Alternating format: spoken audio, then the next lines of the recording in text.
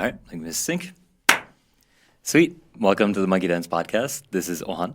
And joining us as a co-host today is Maria. Hi everyone, my name is Maria Federova.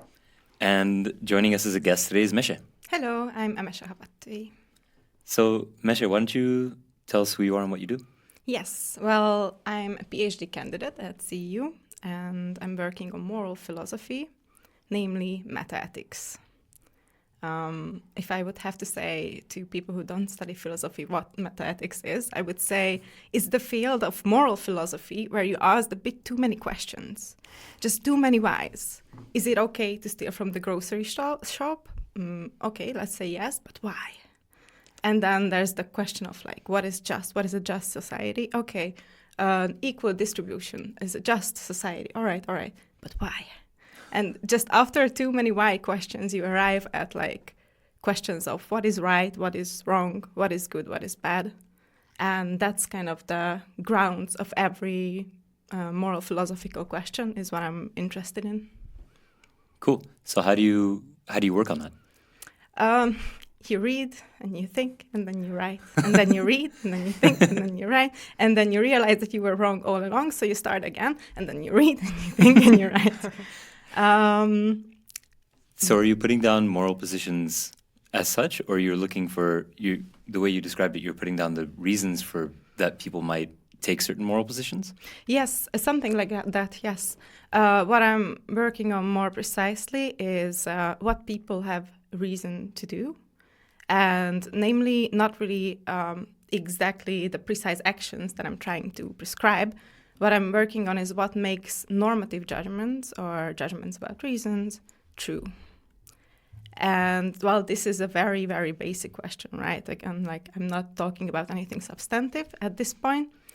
What a name that I really must mention, if there's one, it's Sharon Street's. Her Humean constructivist theory is what I'm basically grounding my entire research, and that's what kind of inspired me to develop further her view, because her view is on reasons as such. Think about like ought, should judgments. This is basically kind of an intuitive grasp of what normative reasons are. And her view is about these. And she doesn't specifically address moral judgments, normative judgments, which is a problem because her view says that normative truth, what makes normative judgments true, depends on the person who's acting, the agent. Seems quite like intuitive at first glance, right? Like whether I have a reason to eat chocolate depends on whether I like chocolate, depends on whether I'm allergic to the milk that's in the chocolate, and so on and so forth. And Sharon Street claims that every person, every agent has this set of reasons. The only criteria of what normative judgments can be true is this set of reasons being coherent. There are no foundational moral or God-given reasons that each and every person or each and every agent must have. There's only these set of coherent reasons that people have. And then what makes normative judgments true is basically an agent's own perspective and their own reasons. You can probably already see where the problem begins when it comes to moral judgments. We really don't want moral judgments to be relative in any way. So this is kind of the issue that I'm working on. So, well, actually, maybe you have more to say than I do at this moment. Well, I have a few clarificatory questions at this point. So I'm interested in, because you mentioned that you sort of like, the way you were describing it was that like a person's characterization, meaning certain psychological and physical facts about them, is what sort of grounds their reasons, and that's where we get the idea of like the truth of normative judgments from. And I was wondering whether it's only about their sort of like psychological and physical facts, as opposed to also about their socio-historical situation and embodiment. So I was wondering what role would those play? Yes, amazing. And this is kind of where I start resolving the problem exactly. Because when I say that the truth of normative judgments is perspective dependent, what I mean in the term perspective is something quite broad in the sense that I mean what Street says, there are other normative reasons. So when it comes to the truth of normative judgments, it depends on just the reasons, nothing else. However, what reasons an agent has depends on other psychological factors, the dispositions they have, and so on, including, I think, the social circumstances that they have. These are causal influences, right? These are not like reason things like cognitive stuff. It's just like causal influences of, social factors, for example, or psychological, genetic given things. And I think what is kind of a primary concern for Street is that we are, as humans, a product of natural selection. And the other circumstance that comes in is natural selection. So yes, when I'm trying to answer the question of like how can we just kind of come to a picture of morality that is not so scarily relativistic, this is kind of where I start. So this is very cogent with how I see things and how I treat behavior and cognition in general. So I'm very sympathetic to this type of argument, primarily because I think that for me, in the sort of cognitive literature, the word that I have to address is rationality. And I address rationality the same way that you'd be addressing normativity. So I would say that someone's behavior is rational if you account internally for some kind of consistency. But it's highly dependent on their state, their position, their social sort of social status in that given moment, and also the physiological status. Am I hungry? Am I not? Am I, when we discuss things like rationality, things like addiction come up. So am I feeling as though I need to pacify a particular addictive craving at the moment? So all of these things you can kind of build into the rationality of a moment as long as you account for the individual in their body, in their space, their social space over time. And you can kind of make sense of many things. So satisfying an addictive craving, can that be rational according to your account? If somebody's experiencing the withdrawal symptoms, you can say that their behavior in that moment is rational to pacify the withdrawal. Now, it always depends on what the length of time that you decide to ascribe rationality to. Because if you say in the long term what they're trying to do is fight the addiction, then you could say that it's not rational in the long term. But in the short term, if they're in severe pain, it seems to be rational. So that's why I think it's very messy when we go into rationality in general, which is why I push back on the notion of rationality and attempt to define it like this. Because then I say, okay, well, maybe what we can do is define it in terms of criteria of reasonableness. Are there reasons? Are there justifications? And if there are sufficient for the observer, right, because the observer's normative judgment is kind of secondary to the individual's behavior, right, then we can kind of cash it out. But then with morality, then you kind of get into these questions, right? So yes, we are definitely on the same page with that one. I think what is an interesting question is, for example, let's take a look at me right at this moment. I have a set of reasons, normative reasons, as I consider them.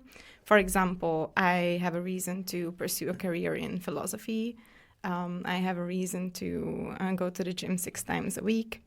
And I also am hungry and I want to eat chocolate, which you can consider to entail or give rise to reason to eat chocolate, and so on. So what I was trying to illustrate that there are more central and more like long-term reasons that I have, and there are shorter-term reasons that I have. And it's also a super interesting question of in what time frame do we have to be? I think consistent is the word that I would use, but like coherent, we are not that far from each other. So what is the time frame really? And I think that's a super interesting question because it's rather hard to answer. And I think if I would have to look for an answer here, I'm just gonna like take a brief sidetrack. But if I would have to look for an answer, it would be around how these perspectives, as I consider them, how they can change. Because I'm assuming they can, but how? And again, I would go back to like causal influences. And then, I don't know, kind of that's how I would start answering this question. In the case of morality, again, there's this time frame issue, which is a secondary issue in the sense that there's a more important one, which is individual differences. How much individual difference can we basically allow before my theory becomes very implausible? And I think, so where I started this whole thing is getting into human nature, because we can say that as humans, as members of this species, the species itself, or how we are at this moment, was largely naturally selected for. We are definitely products of evolution. And maybe if I can find some common human feature, universal, common to all of us, this will be, again, likely selected for. It's not going to be an evolutionary accident. That if I can find something like that, then maybe I can explain why that particular causal influence gave rise to universal reasons, meaning that, for example, and hopefully moral reasons in all of us. This was the beginning. Yeah, that's interesting.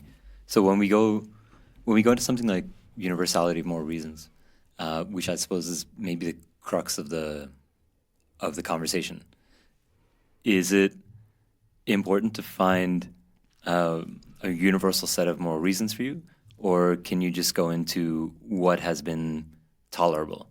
Like, what if we set tolerability as the criteria rather than universality?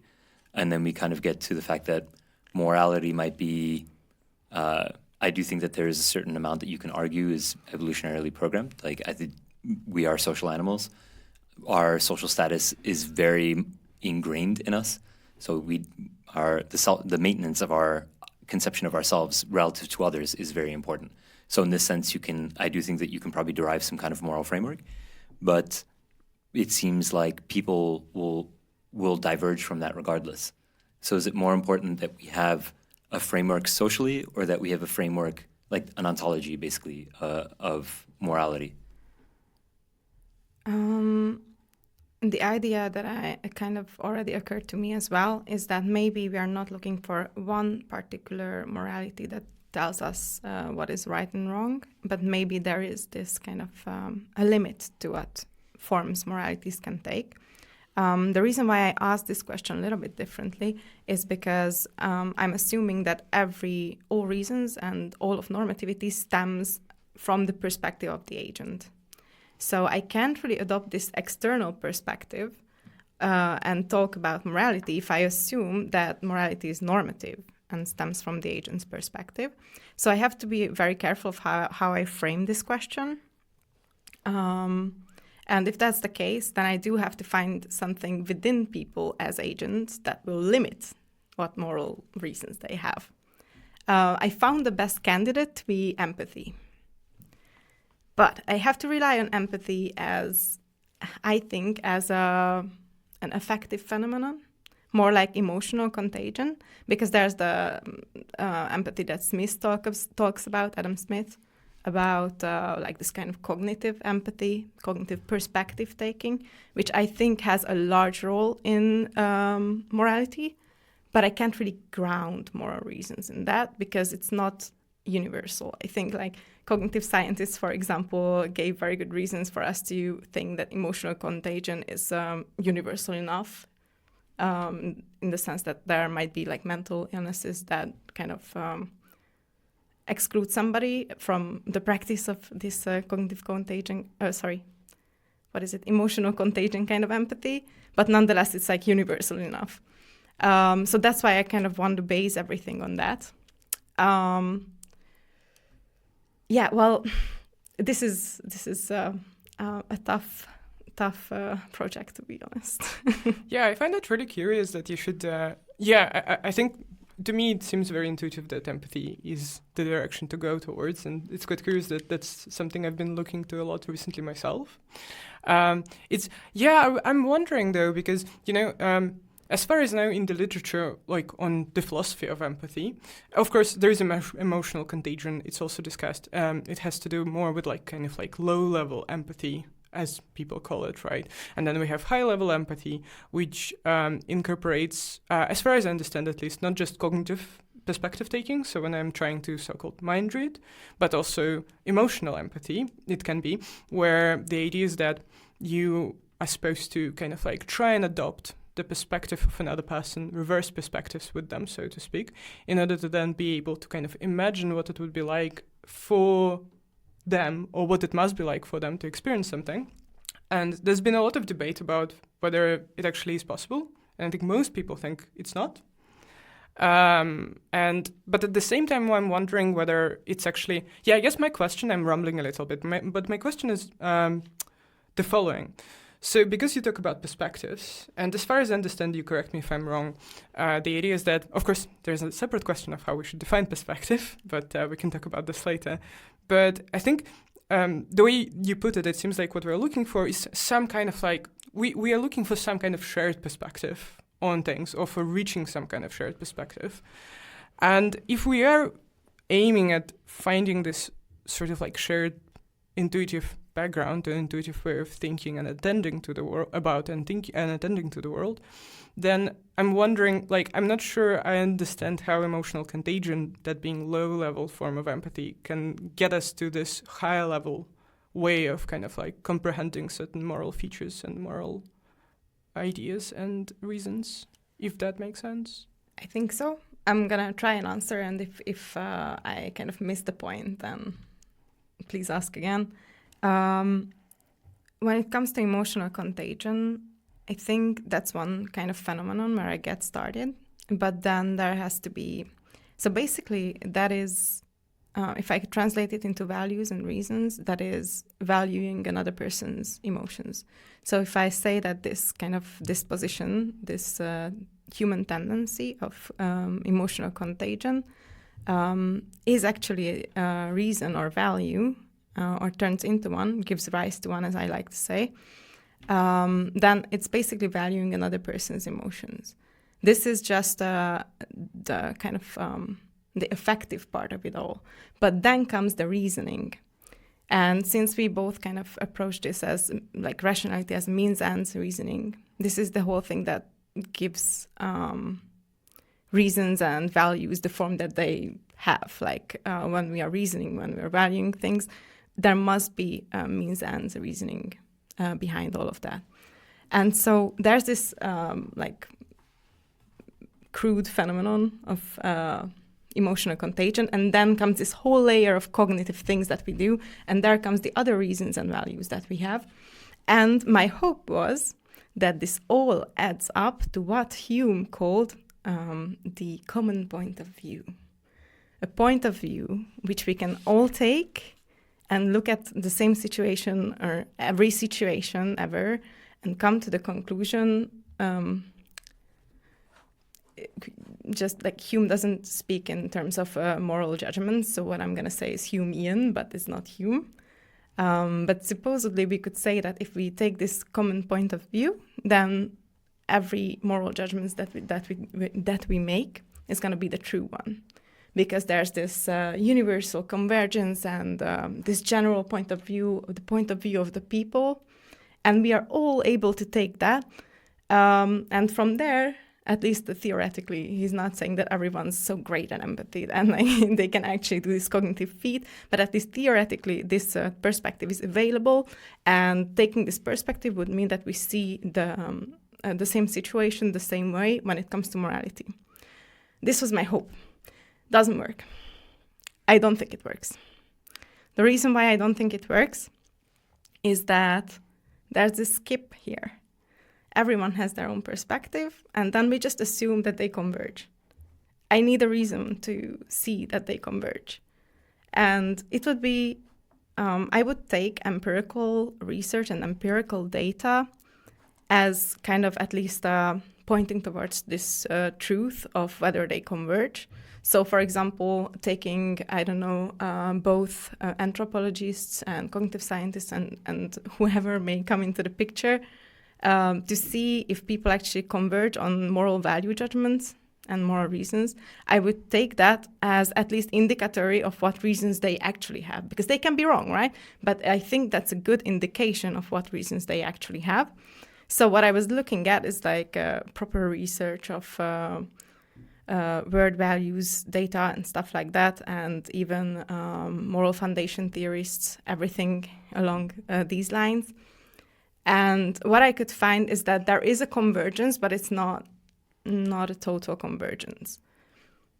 And okay, so this doesn't work. The empirical data doesn't prove to me that there's a common point of view. Okay, so what else is there? And I find that there's not really a good argument to suppose that our perspective just converge like that when it comes to morality. So yeah, this is the failure part of my project.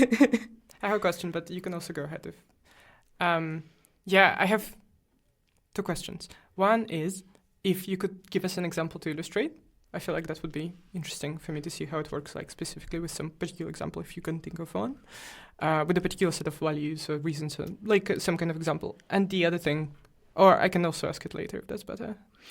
Just please clarify, like an example of what? So I suppose I was wondering if, like the example of, so kind of, I understand the theoretical idea of the common point of view.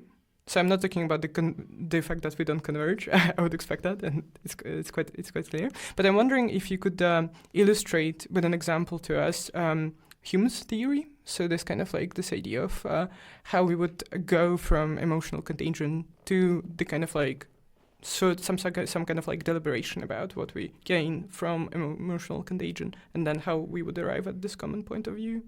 Like if you can give us a toy example of some sort, but if not, that's also fine. I think it's what Hume writes. How we theoretically are able to reach this common point of view is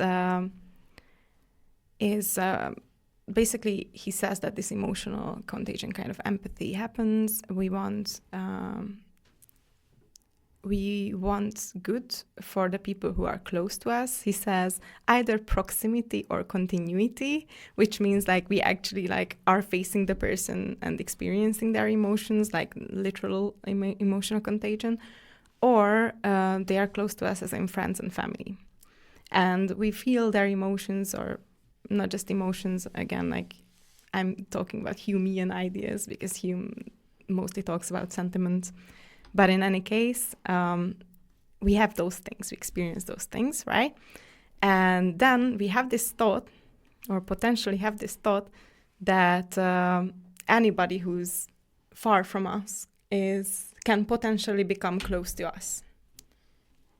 So we should kind of treat everyone the same way. Cool. Thank you so much. And my second question was, so I guess that would kind of like... take us a little bit further in the areas that you're currently developing. I'm wondering if, even though it's not possible to reach this common point of view, whether it's possible to align our perspectives a little bit more through communication, for example. So in particular, Young, for example, has this idea of asymmetrical reciprocity, where when we communicate with each other, we recognize that our perspectives, like each of our perspectives, aren't quite available to us. So I don't know exactly how another person sees the world, but by talking to them, but by listening to them actively, I can come to kind of like notice and appreciate the features of the world that they see as they see it. And in that, I can like, our perspectives can become sort of like closer to one another, or rather, it's not directly me adopting their perspective perhaps, but it's me kind of being able to recognize that things that are available to them in the world aren't available to me.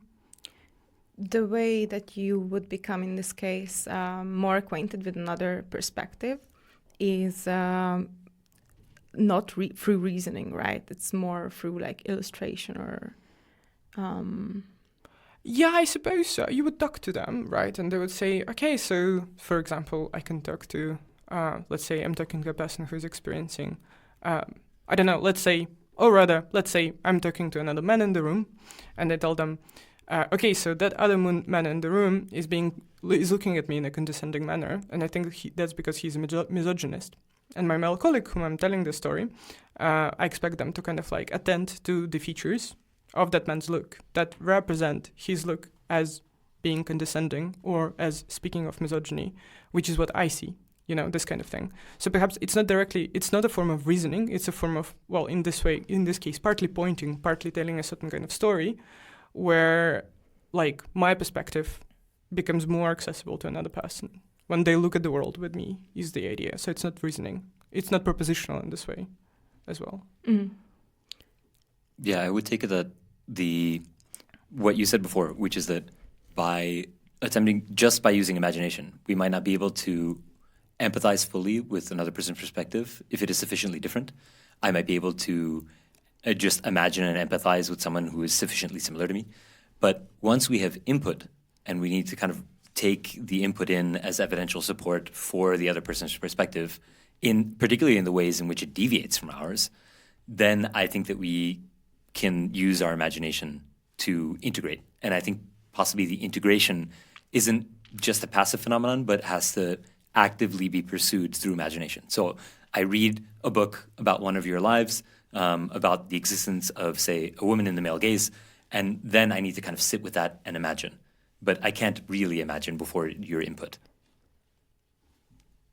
Yes, I think that's all this role of imagination and affecting another person's perspective. I think that all happens, and I think that's quite important. But so never forget that I'm talking about reasons for action and what an agent has normative reasons to do.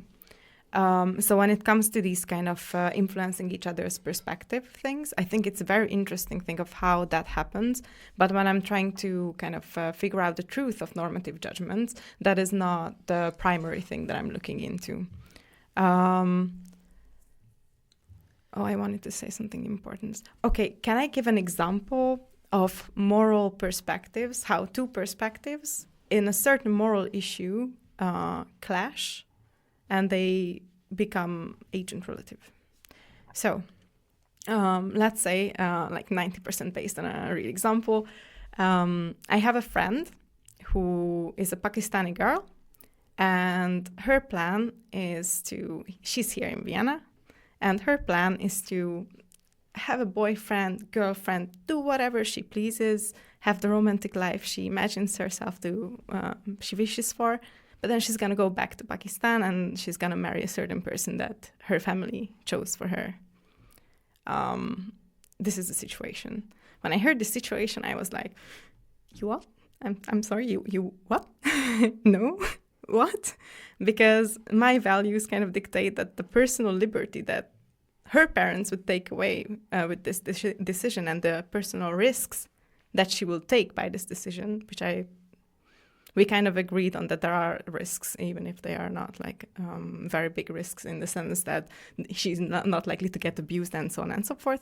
So we kind of got in an agreement of what these risks are. And she also agreed that like personal liberty is important, that she is giving something up. And we also agreed that it's a moral question.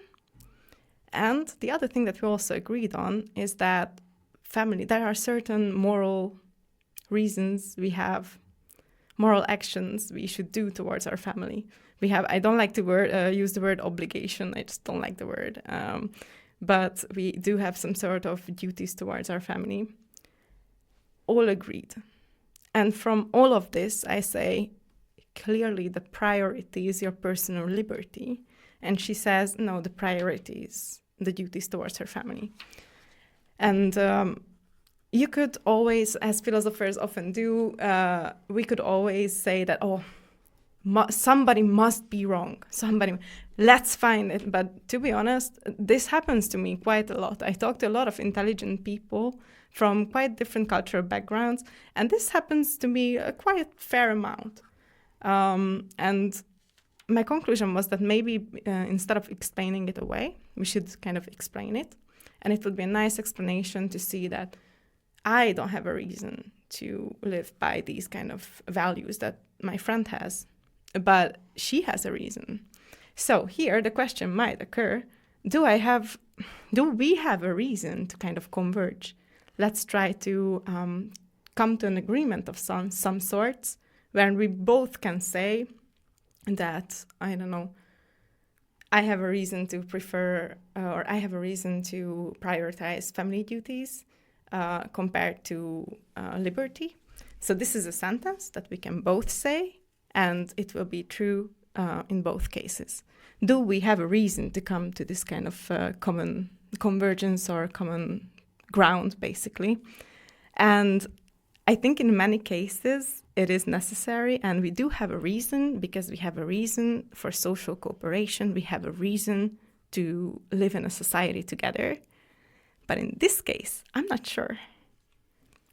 So I like this a lot because, yeah, again, we're rooting morality in sort of individual behavior. And I think there's something, I guess, 2 points. One is circling back on the empathy point.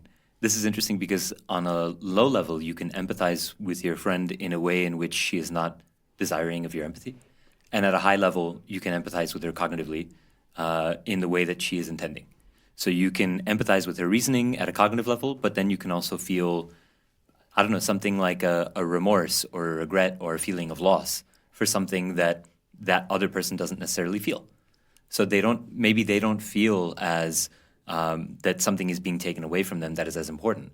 But when you see that, you might feel that something is being taken. You might have that low-level empathy. So I think that that's an important thing to reconcile as well, is when somebody requires empathy from you in a particular domain, but what we are feeling at an automatic level, at a low level, is something actually different. And that reconciliation process, I think, is really important. And really, you can just get there with discussion, as you're saying. But then I think there's sort of one other thing of when we start looking at this, if we build from the ground up at sort of the evolutionary basis, right? There are phenomenological homeostatic drives, right? You could say you have to resolve hunger, thirst, pain, things like this. And there we don't really attribute, I think that morality, both as a concept and the sort of moral items that we utilize are cultural products. So we don't necessarily attribute, say, morality to that. But anytime there's some behavior that gets in between us and the resolution of these drives, then we kind of judge the moral impact of the behaviors to get us to resolve those things. So I think that once we start building above that sort of in complexity, from resolving hunger to resolving an interpersonal dispute, then we start injecting sort of more morality into these. But the interesting thing is how they can be suspended again for these basic drives.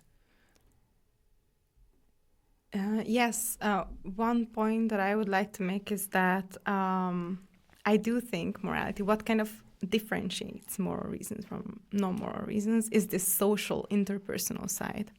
I don't think the concept of morality must involve that it's universal. There are some who think that, but I don't think that it's an essential feature of the concept itself. But it does have to be interpersonal, and I think that's kind of where the whole thing gets off the ground. And the other thing is that I'm not really talking about how non-moral reasons fare compared to moral reasons when it comes to a person or in an agent's perspective, or an agent, basically. Because I think that could go either way.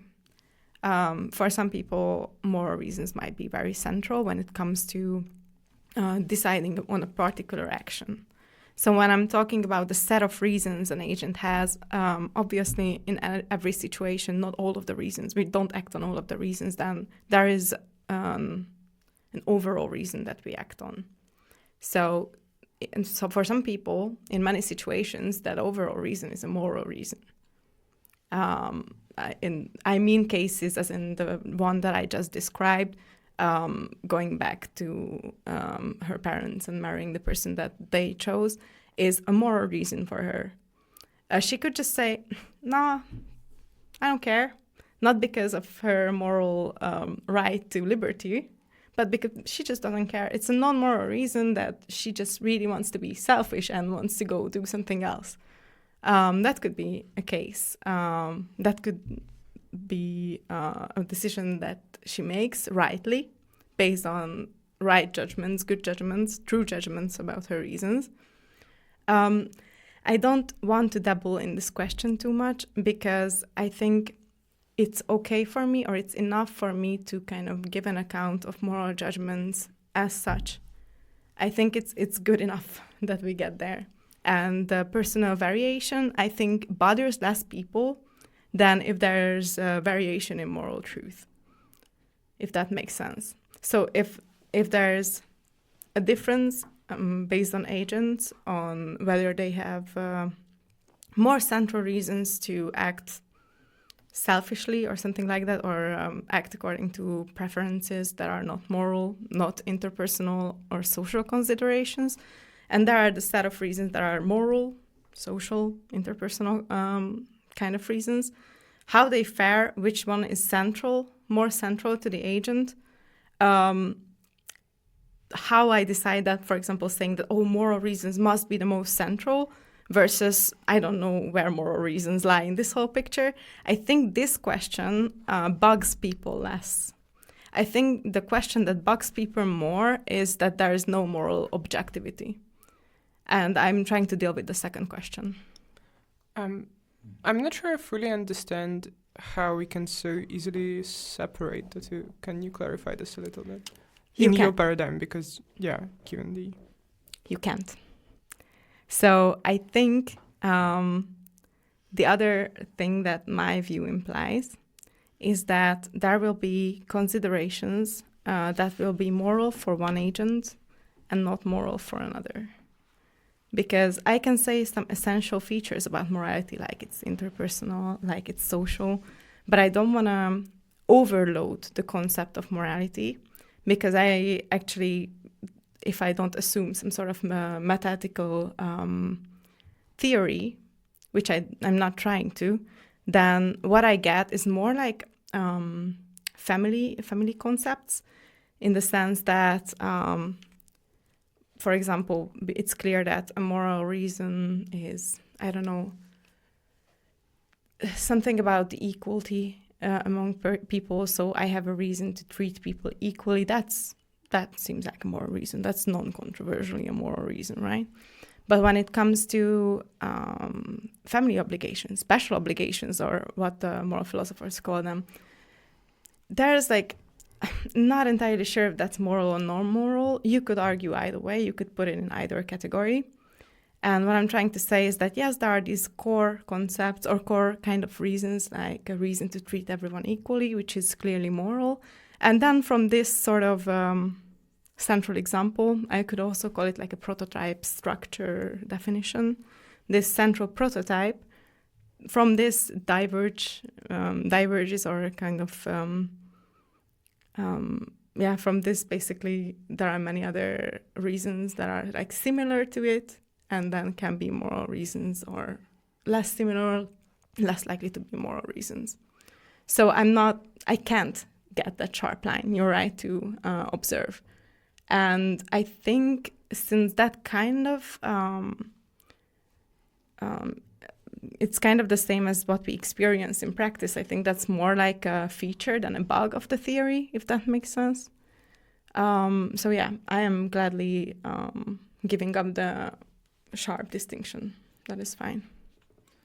So when you say something like universal morality, are you pointing to a set of behaviors that are social, which have evolved as something like a social imperative?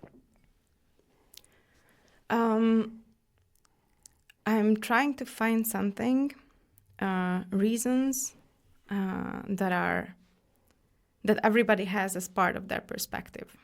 So again, I'm always keeping to an agent and their perspective. And basically, to be perfectly honest, I'm trying to get this kind of picture of universality in, because other people really want morality to be universal. And if I genuinely really, really try that to establish that everybody has certain reasons, certain moral reasons as a part of their perspective, then if I don't succeed in that very honest project, then I can actually like be with a good conscience say that, okay, yes, I was a relativist the whole time and I was right to be a relativist. And that's kind of where I am right now. And this was what I was looking for, and I can't find it so far. So if I could put one more thing, which is kind of a rephrasing of what I poorly stated before, I had rambled. But is it that if we take what has evolved in as our physiological drives, we have physiology, and then we take in what has evolved as our social behavior, which the physiological drives have a much narrower set of constraints, right? They're constrained in that you can predict an individual's behavior based on how they behave when they're drinking water, they're fulfilling thirst, when they're eating, they're fulfilling hunger. These are kind of simple. When you move to the social domain, because it's much more abstract, and the physiological demands, the physiological responses, the affective states are much more broad and varied. We all experience hunger, but the way we might experience empathy and different emotions is going to vary. The best that we can do is kind of have a morality, which is like a parallel to the physiological drives, but we have like a moral set of drives, which are broader, are less constrained, but that we can then point to and say, in the same way that we are all driven to resolve hunger, we are all driven to resolve certain social phenomena as well. And this drive towards the resolution of these phenomena is what we might call a moral framework. Does that track? Yes and no. Okay. I think the emotional contagion part of it all comes more in the physiological side. So that is quite universal. And I think you could consider that the tool to social cooperation, which could be a certain drive to for practicing morality, basically. So at that point, I'm with you. And it comes to the question of what kind of social cooperation does a person have reason to participate in. And again, it's I wish it was global. I wish I could say that everybody has a reason for global social cooperation, so we can kind of get to this common point of view more comfortably. But I don't really see that even if we have a reason for global cooperation, the whole of morality can be based on that or can be established based on that. So you were talking about like a minimum or some sort of like toleration limits to what morality can be, as I would say. Exactly. Okay. And so one thing that I can offer, say, from cognitive science is a framework that I deal with, which I completely agree that when you talk about emotions, there's a way that you can look at behavior as being incentivized through emotions. Emotions basically as a phenomenological incentivization mechanism for behavior.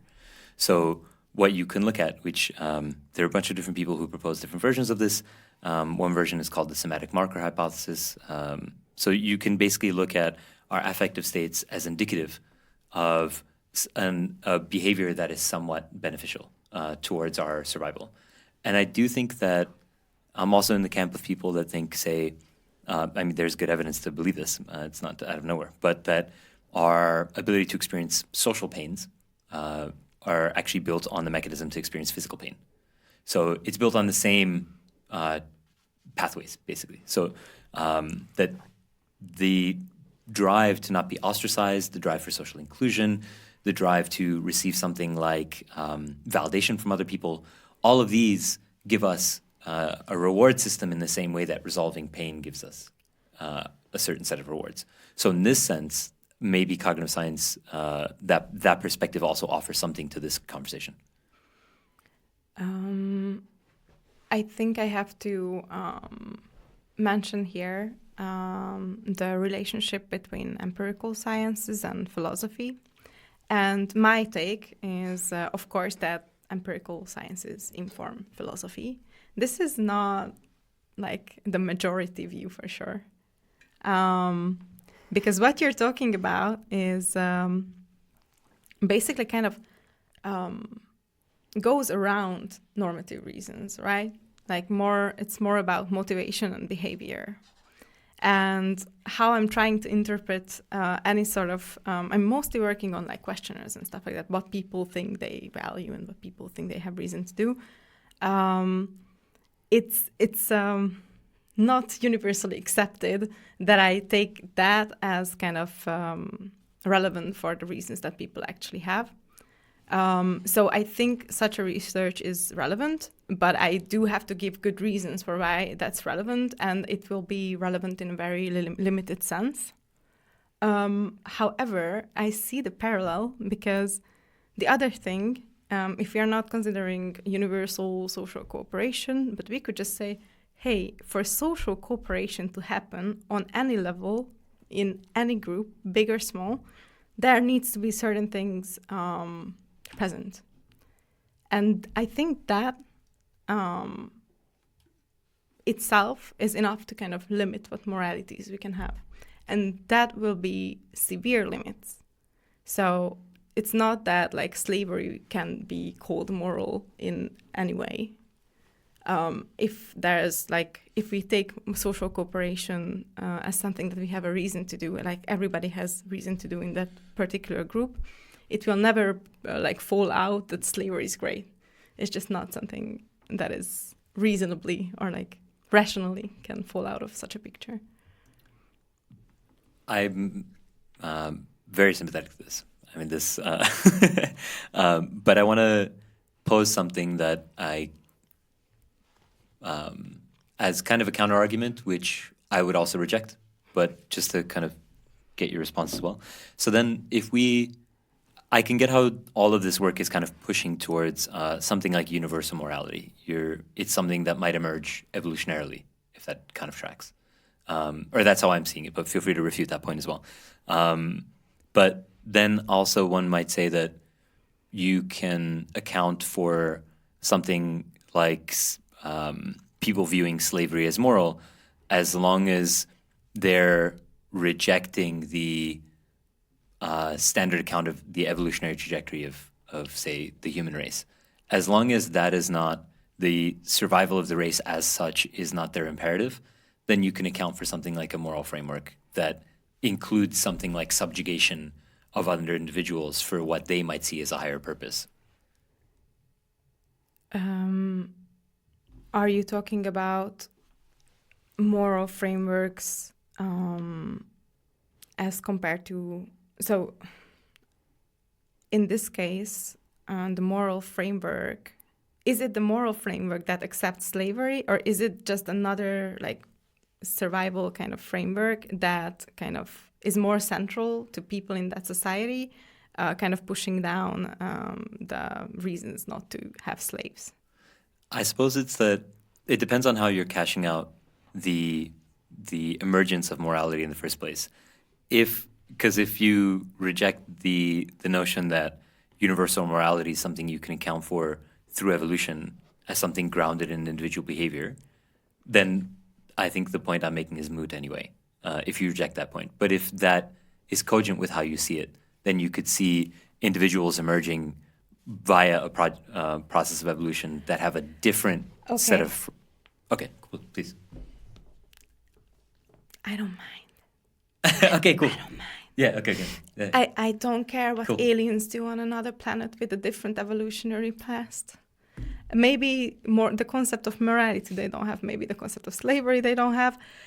Maybe they think slavery is morally fantastic. Don't care. Cool. I'm on the same page. I'm on exactly the same page. So okay, then I think I've understood your point. Cool.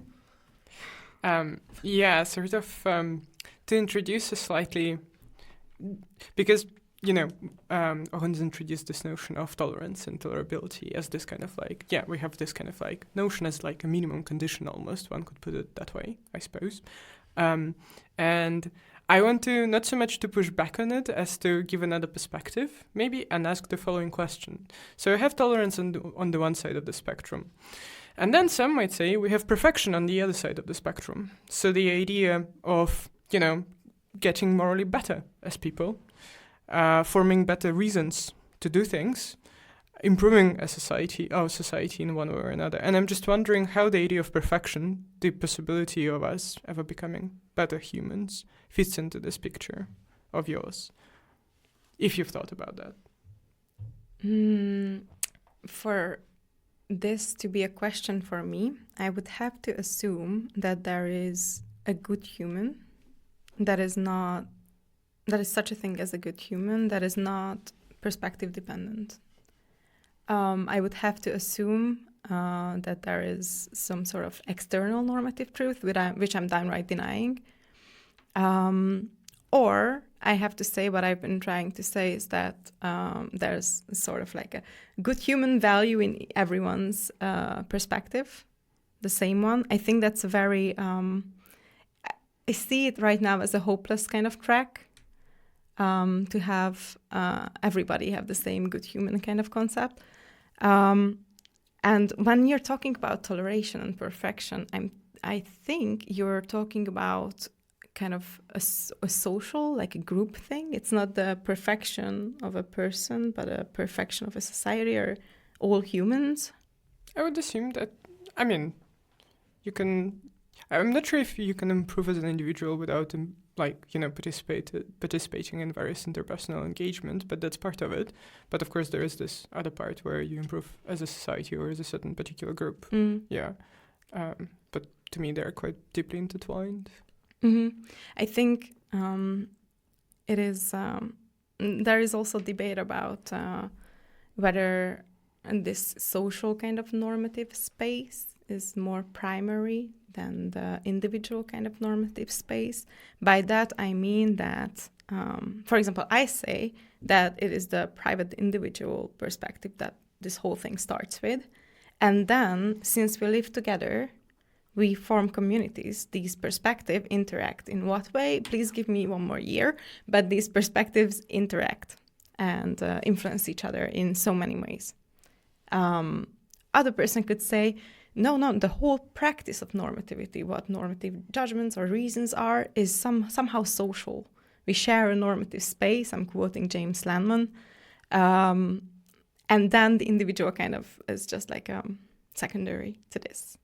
I think the more plausible story, can I say evolutionarily speaking, but also philosophically speaking, is the individual one.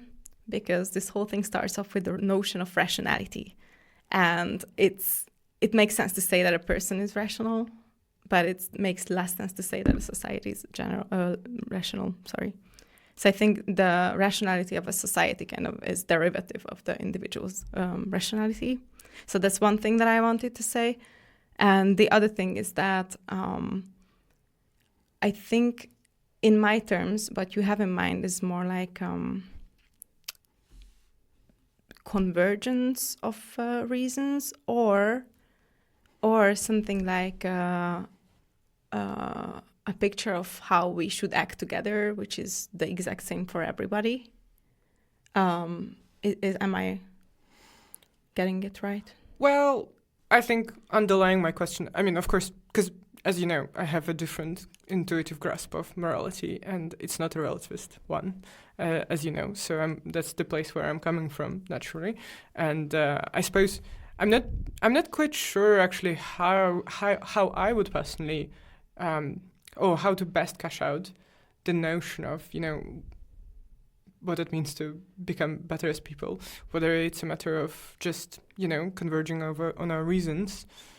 Maybe part of it is that like I become convinced by another person that the reason that they have to act in the way they do is a better reason that I have currently, right? And then I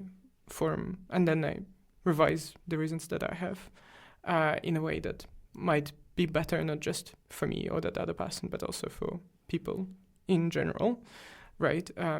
So take certain, various individuals who have something that we would intuitively cast as morally problematic beliefs, right? Especially if those concern various prejudices against particular groups of people, right? I suppose that would be perhaps an example. But yeah, I think it also might have to do something with not just reasons per se, but also because I understand perspectives as incorporating way more than just reasons. It's also, it's of course how they would incorporate means of kind of like foregrounding certain, following, for example, Paulina Sliva's account or Kemp's account, right? They would incorporate foregrounding various values over others, various concerns over others, making certain things stand out as salient, making certain things not just stand out as salient, but also somehow explanatory or morally significant, and so on. And so, like, for me, then it becomes not so much necessarily a matter just of converging on reasons as much as essentially, converging on perspectives, coming to see things in light of how other people see them, and kind of recognizing that maybe other people might see them better. And of course, you would reject this view because for you, there is no, it seems like you don't want to introduce any kind of standard or any kind of aim for us to keep in mind when we are doing morality or participating in moral action. But then we're just coming from very different places in this regard. I can be with you until a certain point, except that I can't take better as such. I have to take better as relative to some perspective. I guess you can say more apt. Sorry to interrupt, right? One perspective can be more apt than another perspective, right? On a situation. There you kind of lose me because I can't really make sense of the aptness of perspectives as such. But what might kind of help illuminate how I approach things, and maybe we can converge on our perspectives, is that I'm concerned with what makes moral judgments, normative judgments true. Whether I can tell you to do something and whether I can be right about that depends on your perspective. Then there's the other question of how these perspectives are together in the world, because, again, we exist with each other, we are social creatures, and so on and so forth. So there's that question of how these perspectives, these normative perspectives, interact. And then there's another question, which might be kind of somewhere near what you were talking about, is things that are norms that are external to us. So I'm not saying, for example, that laws about, let's say that the law is formulated this way, you should not steal. I'm not saying that it doesn't exist, or that the law is somehow agent dependent. What I'm saying is that there's this external set of rules, and it of course has to do with the normative reasons that people have. Like some people had to make these rules, and they must have had reasons. Hopefully they had reasons. And many people might have a reason to sustain these rules. But I'm saying that this kind of external set of rules can be out there in the world, can be written down, but I don't necessarily have a reason to act according to them. So if in case I'm a member of a country and the country has particular laws, and otherwise I wanted to say get kicked out, but that's not what happened, get put into jail, which I don't have. I have a good reason to avoid, then it comes to the case that, I have a reason to keep this law. And actually, many times, especially with laws, and also with other social rules, written or unwritten, we have a reason to abide by them. But these are external set of rules. So that it might be the case that there is this conception of better human out there. You tell me what those things are, what makes a better human. I list them. I say, okay, this is a coherent set of norms. And then I might not have a reason to abide by them. Yeah, as you both know, I'm very sympathetic to Misha's. I love your excitement. Thank you so much. In that the notion of perfection or good out in the universe is not something that I can get behind. Also because then if we deal with a notion like better, then we also have to say that some people have more epistemic access to the capital T truth, which I also find problematic. And so I can get that if we agree on the ends, in a relative sense, we agree to what end people are actually behaving, then we can say, well, this person's acting morally or ethically as such, because then we've agreed on it. And I think that as people define the ends which they are aiming towards, then they can shape their ethical standards in accordance with that. And then we have something to judge against. And kind of like you bring up, we have rules, norms, laws to incorporate repercussions for individuals who deviate from what we agree upon, because in all of the other regards, we expect that there are internal repercussions to the individual when they deviate from a behavior which isn't socially, say, cogent, right? So I expect that when you harm someone, you feel a repercussion, and most people are motivated by these biological incentives. And when they don't feel that, or when they feel something stronger that supersedes it, then we impose something. And of course, we have certain situations where we might look at what is considered an ethical or moral framework, like you shouldn't steal food. But then also many of us could consider situations like, well, food and water are universal human rights, and therefore stealing food is not a crime. Stealing a bottle of water is not a crime, right? So we can look at ways that deviate from even what we socially agree upon, in the same way that we can deviate from what we, anyone conceives as sort of an ontological existence of a moral framework. I have so many things to say. First, can I ask you, Maria, to remind me of your example of the perspective of a woman on a misogynist? I was gonna remind you about this example, anyways. In this context. Okay. So I'm gonna reply to Ohan, and then please sure. get back to me with that one, because you brought it up before in conversations, and I did think about it. Good. So I'm gonna try to recall what I thought about it. And regarding what you said, Ohan. I think the whole point of this is like, hey, let's establish the standards, let's establish the ends that we're talking about, and then we can kind of reason about the means. What I mean by this is, my point is, when I tell you what to do, I shouldn't take my perspective into account. When I'm giving you, for example, moral advice or any sort of advice, I shouldn't take my perspective into account, but I should take yours. And I think the reason, let's say that you think about it very hard, and you realize that I'm right, and you have a reason to get up immediately and buy me a piece of chocolate. You just realize that according to your own standards and reasons and values, this is something that you must do.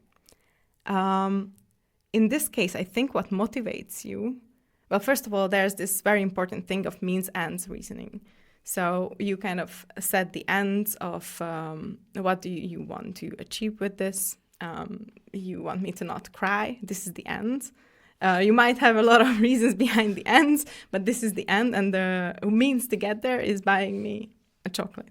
Something like this, And I think it's not only that we are like somehow emotionally uncomfortable with, not acting according to our reasons.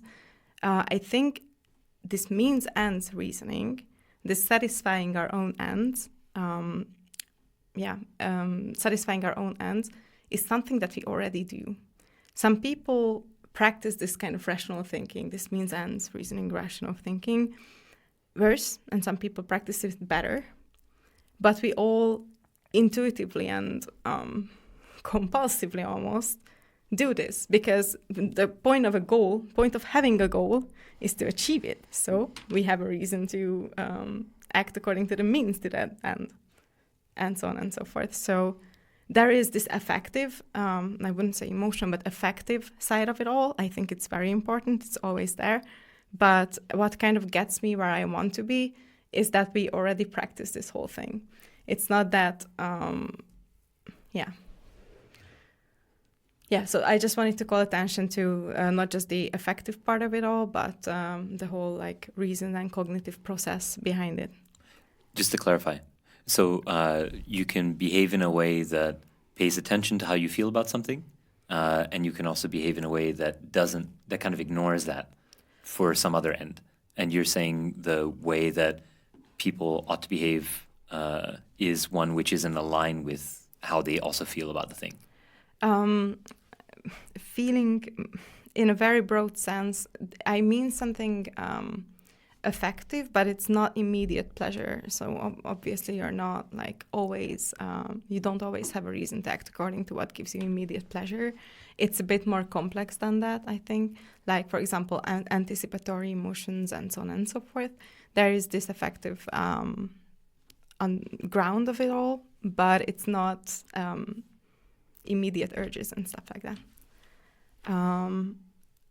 And yeah, the other thing that you were saying is setting rules for a certain purpose, right? This is what you were talking about.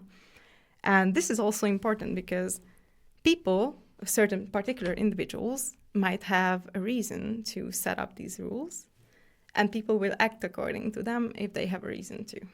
So it is a very complex thing that happens there, but it is very important for example, social justice stuff. For example, I'm always thinking about rights, how this concept of rights come into this framework that I'm working on. And it's always hard because from the starting point that I have, it's very hard to bring in concepts from other frameworks of, I don't know, Rawlsian frameworks and so on and so forth. But since rights are something that are so widespread across the globe, we have, I think, a very common sense notion of what rights are. I did start to think about them. And what I was thinking is that when we are doing something like that, setting up external values, either it says like, hey, this is the way we should socially cooperate, this is how we should live together. We have to agree on a way to live together. Like, we can't just have our own ideas. This is it. And now you have a reason to act according to it if you want to live with us. And I think that's how the external stuff comes into the picture. This is one idea I have. I'm not very committed to this idea, but I definitely have to say something about how these internal reasons interact with the external norms. Like, yeah, human rights or chess club rules, both of those things. And then this secret third thing that I wanted to talk about is the blame and the idea of punishment. There is, as you said, and I'm 100% in agreement with you, just because a person had a very good overall reason to murder their brother doesn't mean that he's not going in jail. And that's also a very important thing that I try to remind people who are a bit skeptical about relativism, that I'm not against social repercussions as such. Very nice. And no, I lost the point. Thanks so much. I think that clarifies a lot of things. I guess to me it seems like, because you asked me to remind you of the example. To me, I'm not sure whether what you've just said kind of like helps us approach it in a different manner, but you can tell me. And I also think that I'm gonna probably reframe this example in terms of aptness here, which is to just so that we can kind of like see where our points of view are diverging here. So. And the notion of aptness of perspectives, again, I adopt from Paulina Sleva, because she's the one who kind of introduces it into the moral debate. So we have this example that I just gave us earlier, where I am talking to a male colleague. To remind you of the example, I'm talking to a male colleague, and I'm telling him, oh, there's this other man in the room, and he's looking at me in a condescending manner. And I tell my male colleague that this condescending way of looking at me that this man has speaks of misogyny. So to me, the condescension in the look has a particular sort of meaning or significance. It speaks of misogyny, right? And I therefore feel very frustrated and angry. It's like, should be a fairly familiar example to many people, right? Experientially as well. And I tell my male colleague that, and what I'm trying to do, that's one way of putting it, right? What I'm trying to do is to communicate my perspective on my situation, right? Or on a certain, rather, it's not so much also not just my situation, I'm also trying to point at something in the world that I see. Kind of like, in order to get to the point where my male colleague is able to see things the way I see them. So that he can see that the look is condescending, that the look signifies misogyny, that the way that man looks at me appropriately makes me feel angry and frustrated, and that perhaps my male colleague can consider feeling frustrated and angry with me as well, because that would be an appropriate response from him if he were to adopt my perspective on that look of that man, right? And so one problem that seems to arise, which is what we've talked about before, for a more of a kind of like, to me it seems it's intuitive, I'm not a moral theorist. My intuitive problem with the relativist account in this particular case, for example, would be to say, well, from the perspective where I'm coming from, I have an apt perspective on a situation where I see things in a way that's right? So that man's look is actually condescending, and that man's look is actually signifying misogyny, because that man is probably, likely, actually is a misogynist, right? Doesn't mean that it generalizes to all cases where I feel like somebody is looking at me in a condescending manner, but I would assume, and I would want to assume for also pragmatic reasons, to validate people's experiences, primarily, first and foremost, that when they see things, such as certain displays of sexism or racism and so on, they see something there out there in the world, and they respond to it appropriately with anger and frustration, sadness, and so on, right? So they have an apt perspective because they see something that people from a position of privilege might not be able to see. So my male colleague can tell me, no way, he's not looking at you in a condescending manner. He's just probably busy in his own thoughts. He's not concerned with you in any way. You're just imagining it, right? And as probably many people would say to that makes one feel very even more infuriated, right? Because one feels devalidated, because it seems like something is captured there that's not captured by another person. And so I feel like it's really hard for me to see how you would get out of the situation in relativist terms without then devalidating another person's experience, and also somehow because you kind of have to recognize that there is a certain kind of asymmetry here, where some people see more than others. To me, at least, intuitively, it's the case. And it seems like on the level of folk psychology, on the level of interpersonal ordinary interactions, it seems like that's what we usually assume as well, right? That somebody can have a better vision, one might say. But of course, it doesn't work for you. But I'm just wondering, how would you get out of this situation? I have some experimental thoughts. So let's discuss. How I would see that is that we are trying to what are we trying to figure out? Are we trying to figure out that person's intentions, the person who gave the look? Are we trying to, what exactly are we trying to figure out? Well, in the example, the way I formulated it, the goal is to communicate, on my side, a perspective that I have on that man's look to another person, and then for another person to take it up in some way. So we're looking at an uptake of a perspective. But it is, so the perspective is truer? Perspectives don't. Can be Okay, true so or I should false clarify. here? So, perspectives don't have truth conditions. Perspectives aren't propositional. So the way Kemp and Sliver understand perspectives, right? Perspectives are kind of as Kemp puts it, they're tools for thought. They're not thoughts themselves. They don't have propositional contents. So a perspective isn't that true or false. That's why Sliver introduces the notion of aptness here. It's not true or false, but it might be less or more apt given a certain situation, and it's more or less apt depending on how much knowledge it makes it accessible for you. So if a perspective is, the more knowledge it enables you to gain from the way you see things from a particular perspective, the more apt a perspective is, or the more it allows you to make sense of your situation is. Yeah. Oh, I interpret all of these things very differently. Yeah, of course, because no, I mean they also come from the perspective of realism, I think. Not just that, but taking a perspective to be apt as being a good instrument, a tool to gain knowledge.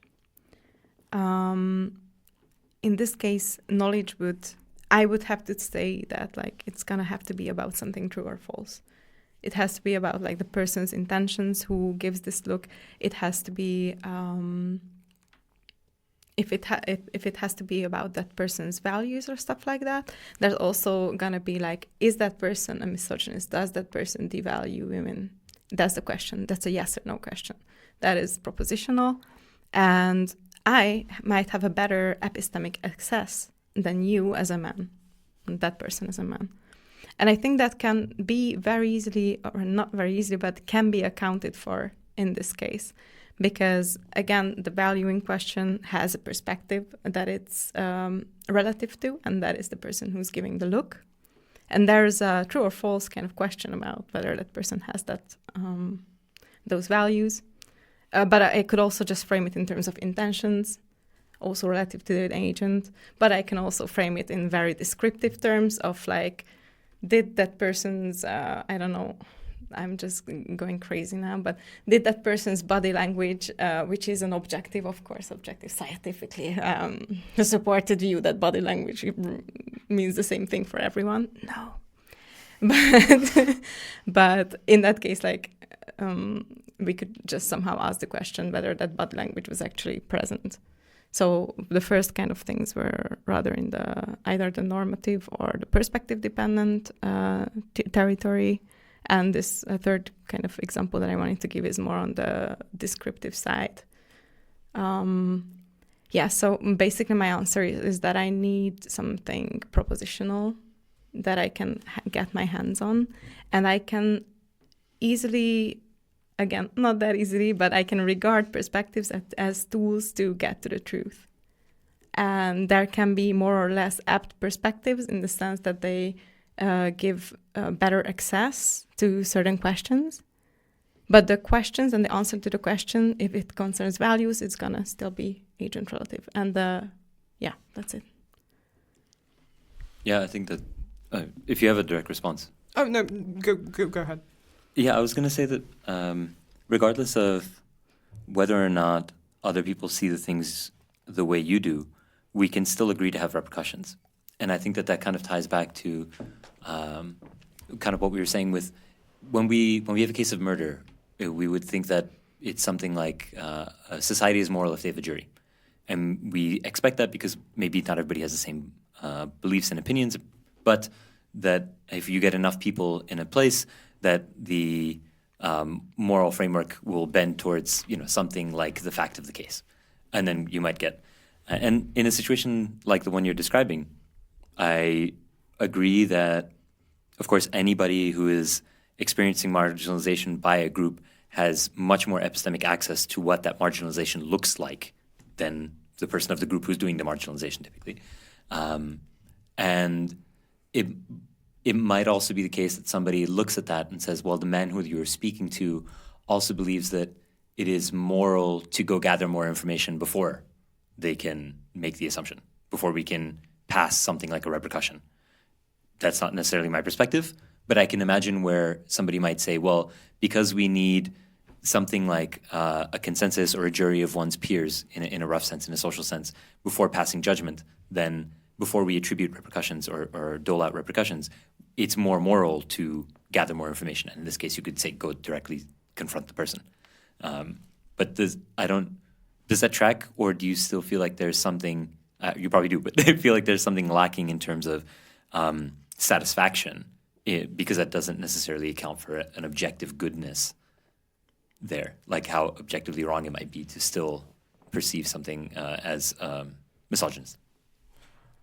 Well, yeah, it's a good question. I mean, I think one thing I have to say about this is that I feel like when we come from kind of like different backgrounds with different sets of beliefs and theories about, for example, what makes up the good and the bad or whatever, I'm not sure if it's kind of like, to me, sometimes the debate feels like it's kind of like a never-ending back and forth. Because I feel like there's always going to be something that I'll find in it that doesn't appeal to me because I have a certain notion of objectivity in play, right? At play here. And you always find the response from the relativist point of view, in some sense. So I feel like it's really hard to kind of like evaluate these two theories even. Like, I'm sure there's more than two theories here, but like the assumption that things are relativist, the relative, and the assumption that there is something objective there to be found. I should also say, like, you know, from my perspective, and this is kind of like where maybe part of my response to whether this way of framing the situation satisfies me can indirectly come from, because I'll have also to think about it more, would be to say, well, in some sense, wait, I lost the thought. Oh no, I lost the thought. So basically my kind of like, my take on the notion of objectivity here is very pragmatist. So it's not that I want to make necessarily a deep metaphysical claim about what's out there in the world, whether there is like the ultimate good or the ultimate bad or whatever, right? Where I'm coming from is from the position where I have an intuitive sense, and again, I'm not a moral theorist, so I'm not an expert in this area, right? But I have an intuitive sense that adopting something like an objective point of view of morality can be better in terms of how it would guide our action and our interaction with other people, and how it would prompt us to, you know, engage with the evidence that they provide us with. And in particular, so what I'm thinking intuitively now, and it's kind of like rumbling really, is to kind of draw on what you were saying earlier, Rohan, about how, like, yeah, if I tell somebody that somebody is being sexist, or if a person of color tells me or somebody else that somebody is being racist and so on, right? And my response is, oh, well, yeah, you might be right, but I might need to look for more evidence. Maybe the jury is still on that. There is something that, so of course, and you said that's not necessarily your perspective, but I'm wondering whether this kind of response might kind of like, of course, on the one hand, we can perfectly see how that response could be given by somebody who has like a certain kind of objectivist perspective as well. But thinking about a relativist, I'm wondering if one notion that's lacking from here is, you know, like this kind of notion of testimonial trust, or trust in general in what another person is conveying, where the trust is supposed to, you know, if you trust somebody when they tell you that that's how they see the world and that's what they think the world is actually like, right? You're presupposing that, in some sense, you can say, well, I'm presupposing that they're tracking something that's actually out there, that is there for me to find, as opposed to, oh, maybe like I should like look for more perspectives to see whether we all converge on whether that's the question of racism or sexism and so on, whether it's like a somewhat problematic behavior in a moral or any kind of other social sense, right?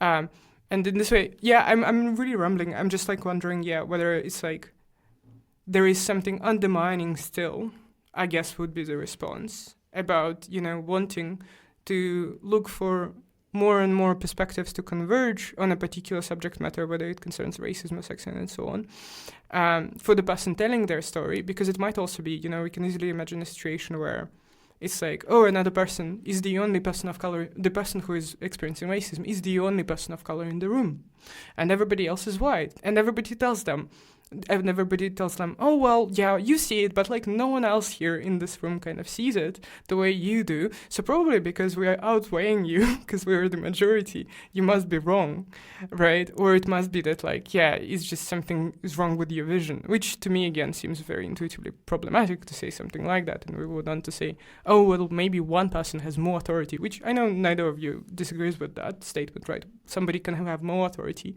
over a certain portion of the world than other people, partially due to their experience of marginalization, right? And so, yeah, I guess I'm rumbling, but that would be my like partial response, where it's like, but again, should say we're coming from different perspectives, so it might be very difficult to kind of like reconcile them as well in this case. Yes, it's definitely a challenge. I'm thinking about the person experiencing the misogyny, and I would say, like, this person might say that, I don't know, what is the easiest way to express what happened? Like, he gave me misogynistic look, or a condescending look due to his misogyny. I'm just trying to keep it as simple as possible. And I think when she says that, she's kind of relying on this sense of common sense objectivity that you mentioned. I think it would be, and actually also for pragmatic reasons, I think it would be better to imagine that scenario as relying on shared reasons and values. I'm telling you that it's a misogynistic look because I think you care. I think you also have a reason to notice these kind of things. And then arguing that I have a better epistemic access is basically a two-premise argument. So it's like, yeah, I'm exaggerating, but from here, I think the better epistemic access can be like established. And I just think actually exactly for pragmatic reasons that is a better approach to have.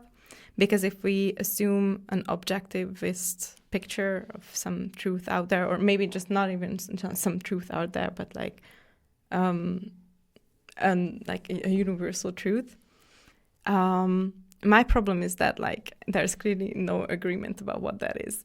Like in philosophers' case, in like everywhere among people, and sometimes you can say that that's due to factual misinformation. And or missing factual information, and unfortunately, I really wished it wasn't the case because then my philosophy would have much more impact. But usually, this is the case. It's usually just missing facts. But there is also like diverging moral frameworks where we just kind of don't agree on some things, like me and my friend prioritizing liberty versus familial duties. And I think it's quite important to notice when it's that's happening. It's not that somebody made a factual mistake. It's not even that a person made a reasoning mistake or like rational mistake, but it's really just that we are, since evaluative truth is perspective dependent, we're just gonna have to drop it. And I think it's also, I understand that this can be a very dangerous tool when it comes to kind of justifying action. Because what I don't want to happen is that we're not exhausting all other possibilities. We have to exhaust all other possibilities. Like, we're trying to get the factual information, as much of it as possible, on the table. We have to kind of look for rational mistakes. And this is, I think, a key thing for kind of resolving moral conflicts or moral disagreements. Because if I'm not, like, telling you, like, don't you see, it's justice, it's there, that's justice. But I'm saying like, hey, what exactly are your values?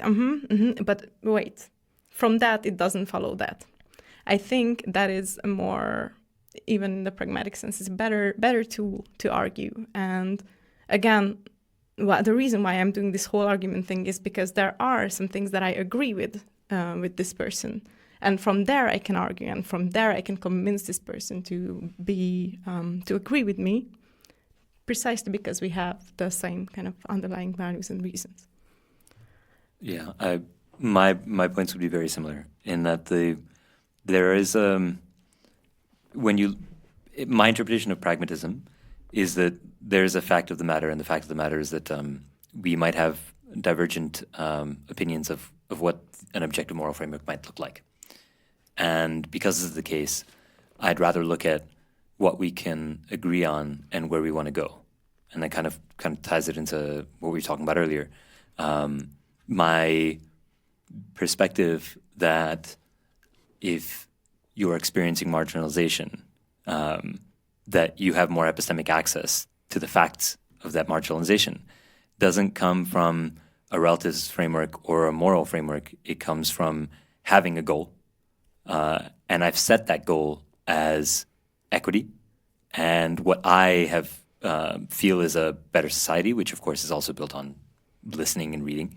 And that drives the perspective. And whether or not there is a universal or a relativist framework, this guides my behavior. And so I suppose any types of objections in one way or the other, because you're right to point out with we could go back and forth forever, right? With example and counterexample. I guess the point for me, and we've kind of had this broader conversation before of why I don't even actually like the word morality. I actually prefer just talking about what what the ethical standards are for an individual, so that we can kind of build on them, is that I see that as the ultimate pragmatic way to actually get to the future that I think even the three of us want. And that the thing that I guess informs that, if I had to have a justification, is that I do think that cooperation is innate to human behavior, a drive and a preference for cooperation. And we do have a fantastic body of evidence showing that it emerges early. It's also in other primates. And I guess what I see is that certain social structures and biases against that have facilitated deviations from this imperative. And I think that a lot of the social, emotional, psychological distress that we feel on a daily basis engaging with society is because the structures of society deviate so strongly from what we feel so strongly. I got lost in what is the difference between what we feel and what society kind of expects us? I think that it's not necessarily what society expects of us, but it's the structures that we've built in society.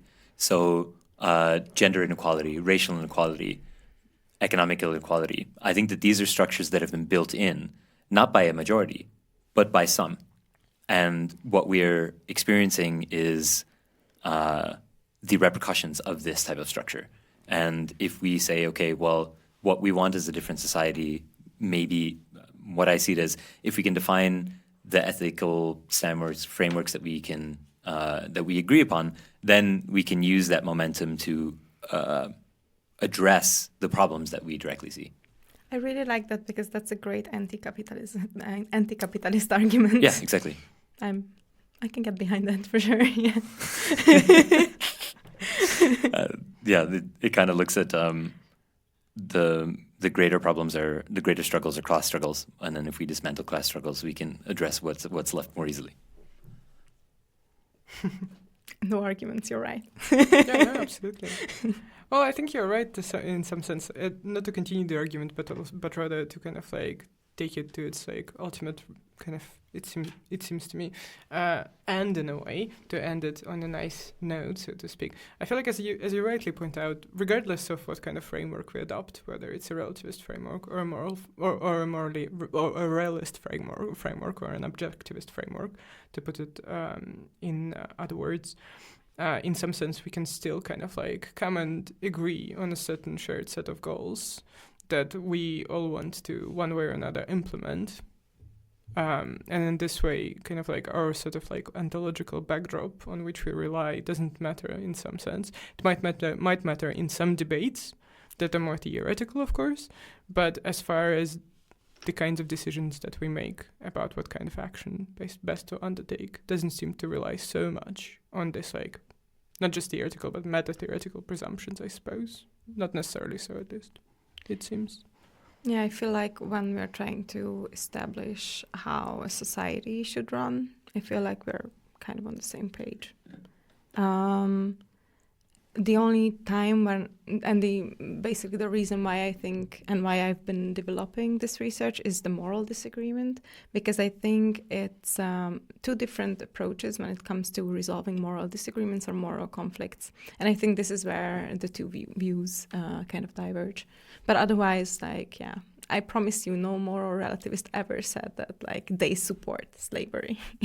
No, I don't doubt that. Yeah, I don't doubt that. I'm sure. Yeah, and I think you're right, yes. And perhaps moral disagreement would be, yeah, exactly the central point of discussion on, like, how to settle it, basically, yeah. If we're settling it whilst referring to certain things that are external to us, or whether we're trying to settle it whilst referring to things that are internal to us, which is the view that you adopt, the latter meaning. Cool. I think we can start then wrapping it up, but I would like to kind of finish just putting maybe two more questions to you, Emese. So where do you see the work going? Are there other projects that you'd like to take on and incorporate into this work?